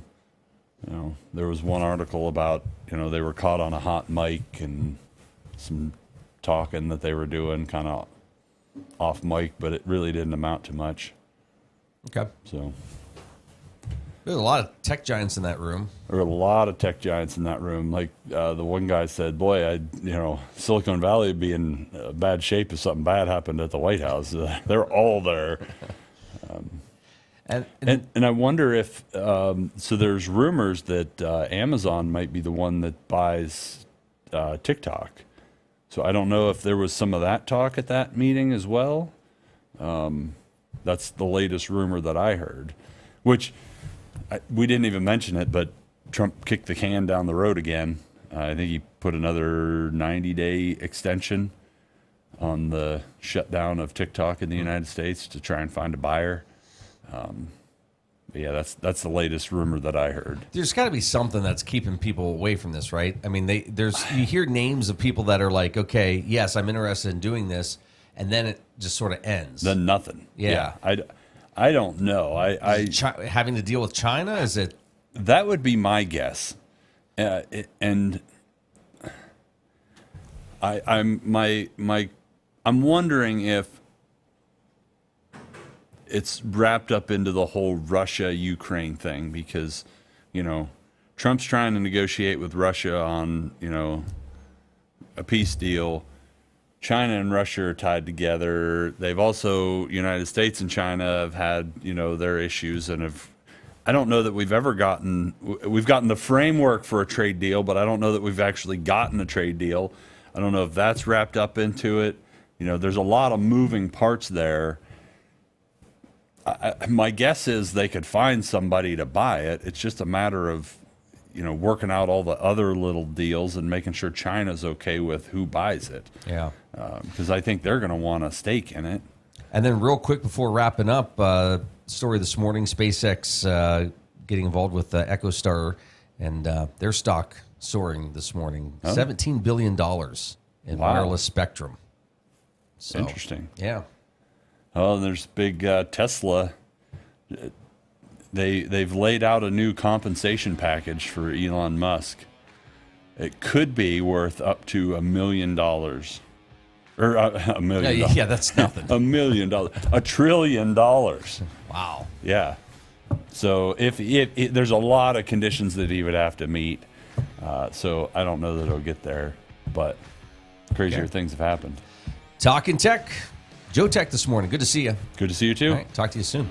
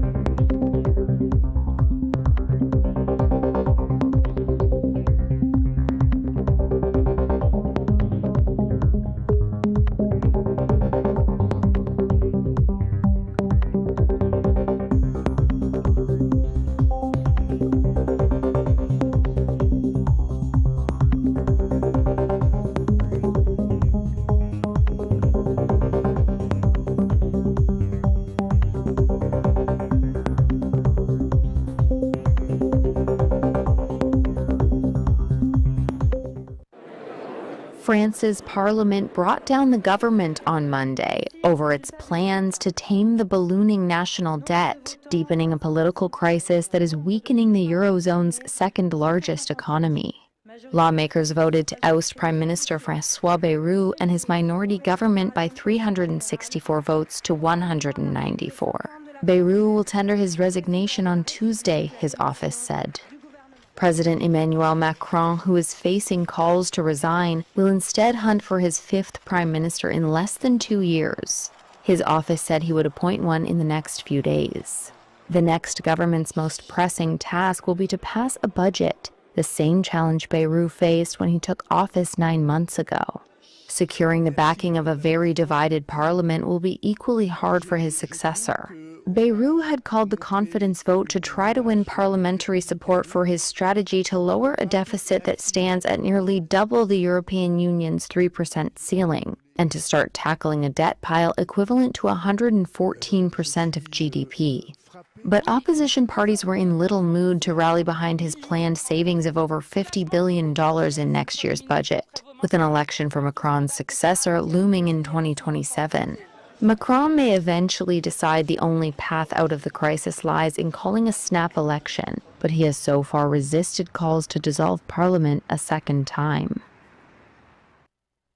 New Directions Community Credit Union is now open in Titusville. They may be new to our community, but they've been serving our region since 1974, providing their members with affordable products and services. Membership is open to anyone who lives, works, worships, volunteers, attends school, regularly conducts business, or who owns a business in Venango, Forest, Warren, or Crawford counties. Visit their new location at 206 South Martin Street in Titusville to learn more about becoming a member. Best of luck to all the students and athletes this fall from New Directions Community Credit Union. Looking for expert orthopedic care? Dr. Charlie Gates, a trusted name at Titusville Area Hospital, can help you regain mobility and a better quality of life. With years of experience and a passion for personalized care, Dr. Gates specializes in treating a wide range of orthopedic conditions. Whether it's joint pain, sports injuries, or orthopedic surgery, trust Dr. Charlie Gates at Titusville Area Hospital for your orthopedic care. Call 814-827-9770 today to schedule your appointment. Vanderhoof Heating and Air Conditioning provides residential and light commercial air conditioning services throughout the area. They understand the importance of your cooling system working properly. That is why you can trust in Vanderhoof to do the job right. Whether it's a non-working air conditioner, yearly maintenance, or a new install, you can be assured that we will solve your problem quickly and efficiently. Your home's air conditioning system is far more than just temperature. It's a complete comfort system that combines temperature, humidity, air quality, and above all, safety. Vanderhoof Heating and Air Conditioning in Titusville. Titusville Market Square is home to over 100 unique vendors featuring antiques, collectibles, candles, coins, baked goods, dairy products, food items, comic books, toys, and so much more. You'll discover something new every time you walk through the door. Did we mention the selection of baked goods, breads, Clark's Donuts, and Amish pies? Titusville Market Square has you covered. Stop in to explore today. Titusville Market Square in downtown Titusville. Our new home. Somebody pinched me. Somebody say pinch? Pinch.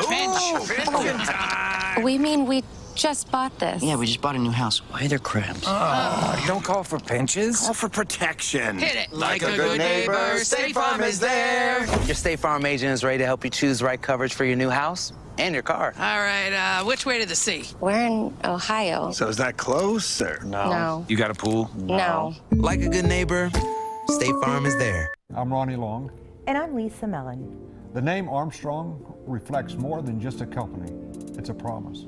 While others focus on the short term, we're building for a future that's limitless. From the dawn of cable television to the rise of the digital age, we've delivered cutting-edge technology like our advanced fiber network that redefines what's possible.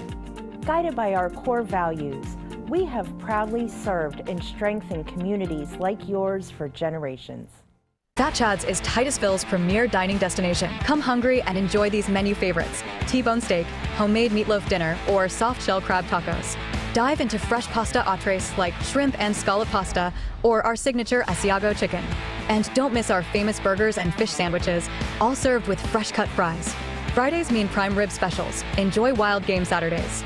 And on Sundays, it's our all-you-can-eat wing buffet. For good food and good times, it's Fat Chad's Brewing in Titusville. 211 is an easy-to-remember telephone number for finding health and human services for everyday needs and in crisis situations. Every day, highly trained 211 call specialists provide referrals to basic human needs resources like food banks and shelters, physical and mental health, employment support, support for youth and child care programs, and support for adults and persons with disabilities. To learn more, dial 211 or visit pa211nw.org.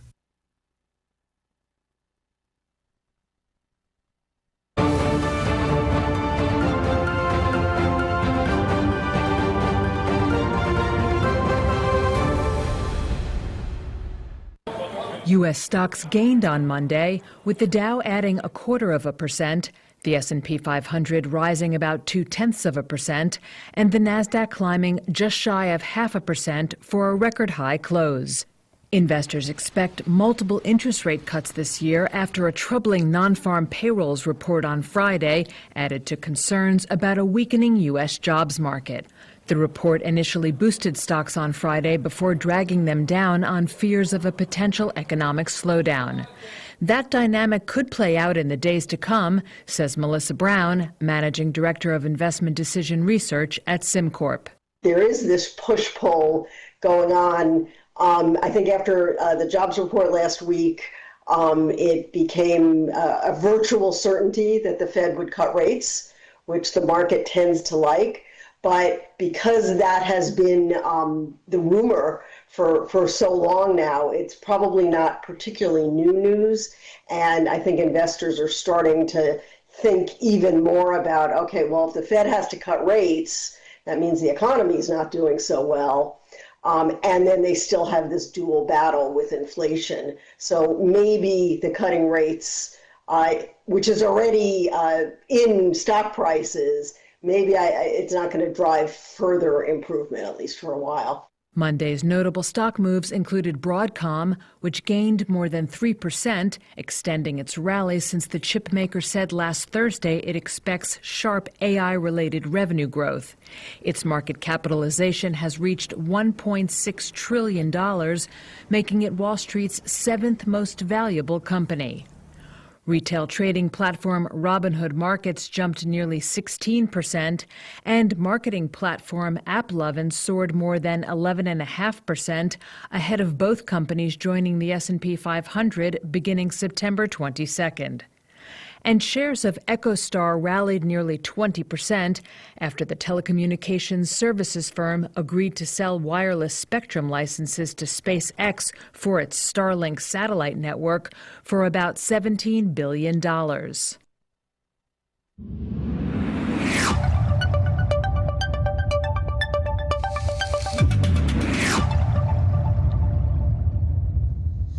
Well, beautiful day in store for us today. Sunshine, some dense morning fog, though, in low-lying areas. So if you're traveling this morning, be careful. It should be burning off here shortly. Clear skies tonight, dense fog in some low-lying areas as well. Lows in the upper 40s. Wednesday, sunshine, mid-70s. Thursday, mostly sunny, upper 70s. Friday, mostly sunny, a high of near 80 degrees. Saturday, mostly cloudy, and temperatures nearing 80 as well. 8:39, just about 8:40 here this morning. This is the Morning Drill. You're watching it on Stream TV and on the Armstrong Neighborhood Channel.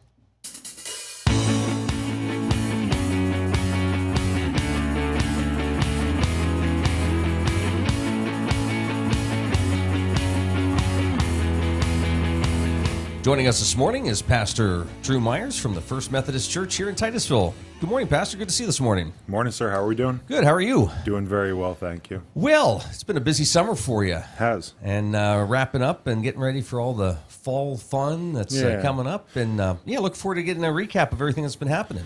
Yeah, well, the church calendar kind of goes ebbs and flows, as far as that goes. We see the high season in fall and in the springtime, so we're getting back into that high season again, which is very nice. And, we're kicking off some pretty cool things. We've got kids' Sunday school starting for the first time in Nobody's sure how long it's been since there's been a kids' Sunday school at First Methodist. So something we're kicking off this Sunday, and I'm going to be personally teaching a young adult Sunday school at the same time to help foster those families. So very excited about that. We've got kids clubs starting up Wednesday evenings, after school program starting up on the 17th. So lots of opportunities for the kids in the community to try to grow in who they are in the faith, and for us to try to care for the community. And yeah, so lots of cool things starting back up. Yeah, is this that time where you kind of see some maybe some fresh faces coming back after, spotty summer of here or there? Yeah, I mean, you've got so many.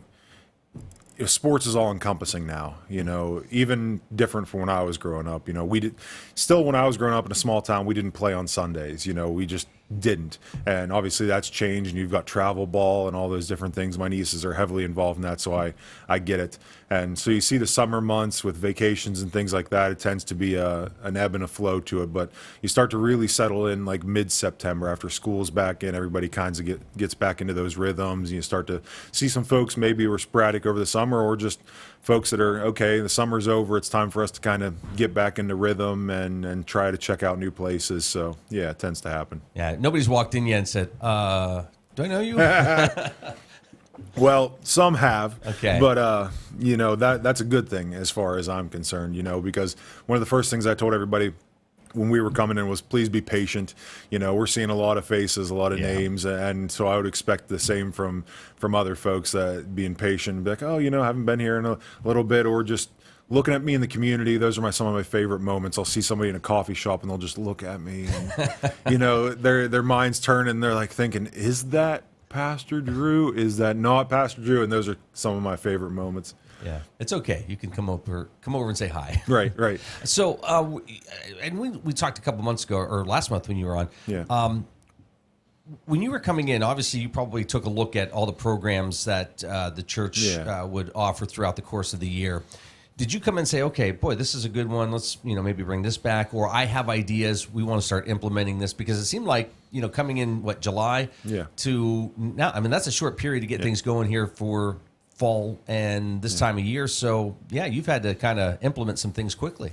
Yeah, and that's been exciting. I love to build, and that was part of why I was feeling called here. I mentioned last time, and I still firmly believe that the church was kind of at a point that it's just waiting for that spark and that leadership, and with enthusiasm and fire, no pun intended. But there were a lot of things, like the Kids Club is a wonderful program. I was super excited that we had something in store already in place, and I could, I've tried and been learning that on the fly, because there's a whole lot of things going on at the same time, and I'm just kind of trying to go with it and trust those folks who have been doing this for a number of years. And yeah, there was a lot of things more.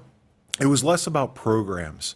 The church has been so hyper-focused, not this church, but the capital C church has been so hyper-focused on programmatic for so long, and that's not really my main concern. My main concern was the whys, and that's something I've preached on a lot since I've been here, that if we get the why right, why we're doing this, what's the heart behind it, what's the mind, what's the thinking behind it, the rest of the stuff's going to be okay, because that means we're all in the same direction, we're rowing the boat in the same place.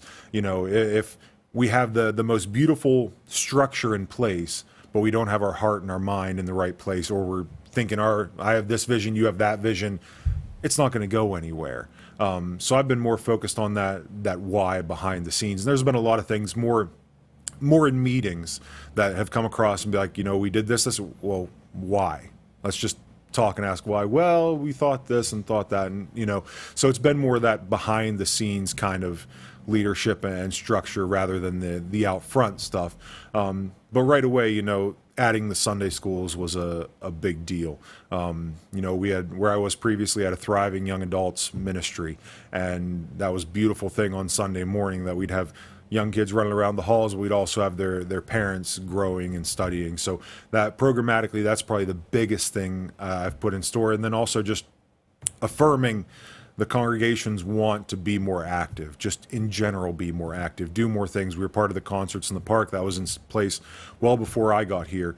But we were able to do that a couple Sundays myself and my family, and that was a really cool thing to experience. Good outreach. Yeah, and it's just a neat event. I mean, we were there on the last Monday, and it was packed in the park. And we got to, see some bands. We had some church members that are in the bands and see the kids, for the marching band and hear about that and just meet people. And, folks were there excited about just getting a free bag of popcorn, which is cool too. But those type of things. And we had an ice cream social that was just open to the public down at Burgess, last month. And we had a number of folks from the church and from outside the church who were just hanging out and just having an ice cream cone, nothing behind it other than just wanting to be in the community and show that the church is allowed to be in the community. Yeah. And just trying to affirm that has been a big thing too. It's kind of interesting. Every time, there's a new coach at like the high school level, as broadcasters, it's always interesting to see, does a coach come in and say, this is what I want to run, on offense or defense? Or is it, hey, I got to look at the personnel and see what I can develop from there? What's your approach in that? Or is it a kind of a combination? Yeah, it tends to be more in the latter part of that. I mean, if I were to come and try to force, the old adage, force a square peg into a round hole, what's that going to accomplish? All it's going to do is just create dissonance and create tension within the congregation. I mean, there's 150, 175 people there with all different personalities, all different passions, all different gifts. And it wouldn't be right for me morally to come in and just try to force people and say, okay, you need to do this, you need to do that. No, I'm going to come in and say, okay, where are you passionate about? Where do you feel like your gifts are? Let's accentuate those. Let's build those up and try to use those for the glory of God and try to see where people are passionate about. I mean, I'm not coming in and saying, oh, this person, you have to be doing that, you have to be doing that. It's more talking to folks and saying, what do you enjoy doing? What are you passionate about? Okay, how can we use that to the glory for the kingdom and for the betterment of the church? This could be interesting for you to, as you get to know people, kind of say, boy, you might not realize this or you don't see it yet, but you've got a special ability in this aspect. Right. Have you ever thought about, or could we use you to step up and do this? Mm-hmm. That's got to be kind of a fun thing to kind of see that in people. It's exciting and nerve-wracking at the same time because one of the neatest things about ministry and seeing folks is being able to do that and seeing those gifts in those areas where others are apprehensive or just saying, nope, don't want to do that. And we get into our comfort zones. We all do. We tend to gravitate toward those things that we find either easier or just find, better for ourselves, more fulfilling. But there's a whole lot of importance behind doing what challenges us and trying to grow in those areas. And, personally, when we moved here, I set some goals for myself of areas in ministry I wanted to grow in and things that I wanted to develop in as far as my leadership goes. And the same should be true for the congregation, that, yeah, it's okay to kind of have I call it our home zone, where we go to when things are really tough and we kind of need to have it a little bit simpler. It's in our, our home run zone. But we need to stretch out the plate a little bit. We need to go for that, down and away corner that might bring somebody in over there that I wouldn't think about. So yeah, it's pretty cool to have that conversation because then folks start to kind of look up the sky a little bit. Oh, and do I have that? Do I not have that? Do I want to have that? And it's all through Scripture that folks were called into places that they weren't expecting to be. So it's not like we can say, oh, there's no backing behind this either. Always interesting, and it's got to be great, and it's got to be, again, keep it on the sports analogy a little bit. When that athlete does something they didn't think they could do, right, and they pull it off, and it's incredible, and it's that aha moment. It's the same. It sounds like when somebody steps up and, again, out of that comfort zone, but they're able to accomplish something. Yeah. It's wonderful. I mean, I've always loved strength sports, which, looking at my build, most people aren't surprised about. Crazy. So, I went to Keystone, which is down in Knox. It's, less than an hour away, pretty close. I mean, it's a small school. I mean, I graduated with 115, and I was the biggest class in like 25 years. The class in front of me had 67. So, we had a breakfast club, we called it, that we were in there before school started, 5:30, 6 o'clock a.m., lifting. There were only half a dozen of us, and we were half awake half the time, But that was always the places that we had some of those big moments, right? That you execute this lift, you see the development, you see the growth, and it's just a tremendous joy. But I always took more joy out of watching the development of those around me. I was the biggest guy on my team when I was there, and I'm not that big of a guy, but, small school. And the kid playing beside me was 5'8" and 165 pounds, probably playing offensive line, which is ridiculous because we just didn't have, any size. And he asked me to help him grow and become stronger. And I'll never forget some of the goals that he hit and how much more excited I was about he hitting his goals than I was about, anything I had done. And the church should be like that. The church should be way more excited about what that person in the congregation has achieved and the things that they've done than what I've done as the pastor, but also as the congregants. The person sitting here should be excited about the person beside them and the testimony that they have or the great things for the kingdom that they're doing. And too often it becomes a rivalry type of situation, both within the congregation and within churches. I mean, that's been a struggle for the modern church in America, especially as the main lines have really declined, that they're, instead of being a brotherhood and sisterhood, it's become more of a rivalry that, why do we work together? You're taking our sheep, we're taking your sheep, that type of situation. And that's not what we're supposed to be doing. It should be celebrating the glory. Like I saw on social media, I think is it T-Free, did a chicken meal in the park or something like that. Yeah, their annual fish dinners. Thank you. Yeah. And saw that they posted did like some like 700 meals or something like that. That's fantastic. That is awesome. That's something that we should be celebrating because that means folks in the community are getting something that they need. Not, oh man, they did that, we need to do something like that. And too often that's what the church has become. And instead it should be the church building one another up. Yeah. Great points there. Let's do this real quick. You're watching The Morning Drill on Stream TV and on the Armstrong Neighborhood Channel. All right, last sports reference here for me. You're talking about lifting and, the season can be made in the off season, right? Yeah. That's where it takes place. The off season, it seems like for church is that Monday through Saturday. What are you doing outside of the church to spread the word, to be a good Christian? Yeah. It's not just Sundays. It's not, when you're sitting in the pew, but it's outside of that. Mm-hmm. What's your message to your congregation so when they leave church, they continue that throughout the week? Yeah, so I preach sometimes in series, sometimes in isolated messages. And one of the first mini series I had was just a few weeks and back in July and the beginning of August.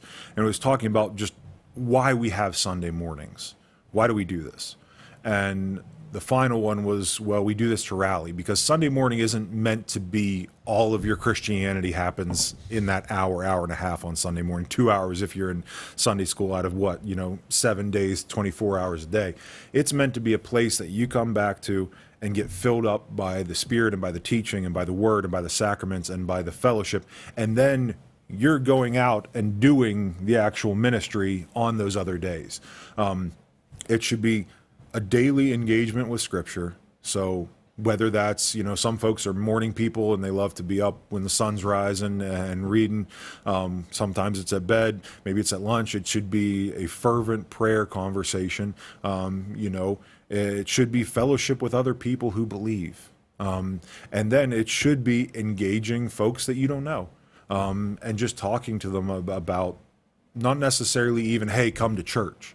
But just, hey, have you ever thought about this? Have you ever considered this? I've seen this in you. I've seen a struggle in you, or I've seen, this. Maybe you seem like you're a little bit lost right now. Can I offer some words of encouragement, some words of comfort? And even beyond that, it's what we're doing without our words. So if I'm going out into the community on Sunday morning, I'm talking about how we're supposed to be patient and self-controlled. But then you see me at Giant Eagle and I'm getting ticked off because somebody's taken an extra 2 minutes in line, or I have my windows down and I'm driving and somebody cuts me off and you see me doing a gesture and, yelling at somebody. that entirely negates everything I've said. And, it needs to be an understanding of something I've been thinking about a lot is just the concept and the practice of authenticity, of realness. And last time we were together, you mentioned some statistics that are showing that especially like Gen Z is really returning to the church. And a lot of it, I think, has to do with a search for realness and a search for authenticity. I'm in the millennial generation. I'm the last generation that'll remember pre-cell phones. Cell phones started to become a big thing really when I was in high school, and same with computers in the, mid to late 90s, really, especially in the more country areas like we are. So we remember the time before that, but the generation following doesn't remember that time. And growing up in that and growing up now in the confusing and the generating AI community, we have these immensely impressive filters for fakeness that we can point it out from a mile away. And that's going to happen in our societal groups too. Now we're going to discern what's real and what's not. So it's an important and vital thing for the church to be authentic, to not portray this image that we're perfect, because it's not. It's not going to be. It's never going to be. We're a beautiful thing that we're all flawed and all imperfect. And we need to live into that we're just trying to become better and just trying to help one another and just trying to grow together. But if we try to project this image of perfection and try to project this image that we never fall short or we have every single thing figured out all the time, Gen Z, Gen Alpha are going to see right through it because it's not real. It's not true. But instead, we need to be truly authentic with who we are. It's why, it served me well as a leader, because you'll see me in jeans and a Henley much more than you'll see me in a suit and tie. See me in a suit and tie on Christmas, on Easter, and probably a funeral. You'll see me in a robe maybe if I'm baptizing a young child or somebody. We're going to do some full immersions in the next couple of months. I'm not going to wear a robe when I'm doing that. But otherwise, you're going to see me in jeans and a t-shirt. You're going to see me out in the community in shorts and flip-flops. And that's who I am. And I've always tried to be that way in my preaching and my teaching and my leadership, because it helps everybody else to live into where they are as well and not try to project this image of perfection, because all we're doing is trying to point to the perfect one when we're the imperfect ones. Yeah. And yeah, that's well said. And I think you're right. Somebody can see through that. Whereas you just say, hey, you know what? My bad. My mistake won't happen again. You know, that's real. Yeah. Right. Before we wrap up, give us service times and give us a recap of what's going on this fall. Yeah. So 8:30 is our contemporary service. We have full praise band. It's more the laid back service as far as that goes. In between services, we have Sunday school. Like I said, we're starting up kids Sunday school and young adults Sunday school. I haven't put any age conditions on who defines what a young adult is. I don't care. If you feel like you want to be part of that, you're welcome to be part of that. My previous young adult class, we had a 17-year-old guy who didn't feel connected with some of the younger kids we had, and we had his parents in the same class, and they were all good with that. So, we'll cover whatever age you feel like a young adult, I'm cool with. But the kids are starting up, and this Sunday's kind of a figure it out, because we don't know who all we'll have and what age groups. So we're trying to get everybody together and say, okay, this is how we're going to break folks up. This is the curriculum we're going to look towards. So it's kind of an exploratory this week, and we'll really kick off in earnest on the 21st with lessons. But have those coming up. That's between services at 9:45-ish. Depends on how long the pastor talks, as far as that goes. And then 11 o'clock is our traditional service, organ, hymns, things like that. Kids Club starting up on Wednesdays. Kids can sign up. It's K through 6th grade, and we have vans that come to the middle school and the elementary and pick the kids up, bring them to the church until 5:30. Have a meal, have study, have games, have a wonderful time. Register through the church for that. We also have a traditional hymn sing and meal that's going on the 27th of this month. Something that's just kind of a fellowship time to get together and just sing some of the old songs that folks might miss singing on Sunday mornings or whenever. And I have a book I found that has some stories about the old hymns. So, a lot of them have stories about how they were written and why they were written, and those get lost over time. And there's some pretty cool stories that we can learn about through those. And then, next month we'll be kicking off some different events. Of course, we'll have trunk or treat at the end of the month, but looking at having a baptismal Sunday as well. So that'd be a pretty cool thing. Haven't set that in stone, but lots of things gearing up quickly. Awesome. Pastor Drew Myers, good to see you this morning. Thanks too, for your sir. time. And watch the 10 items or less line at Giant Eagle, right? Yeah, exactly.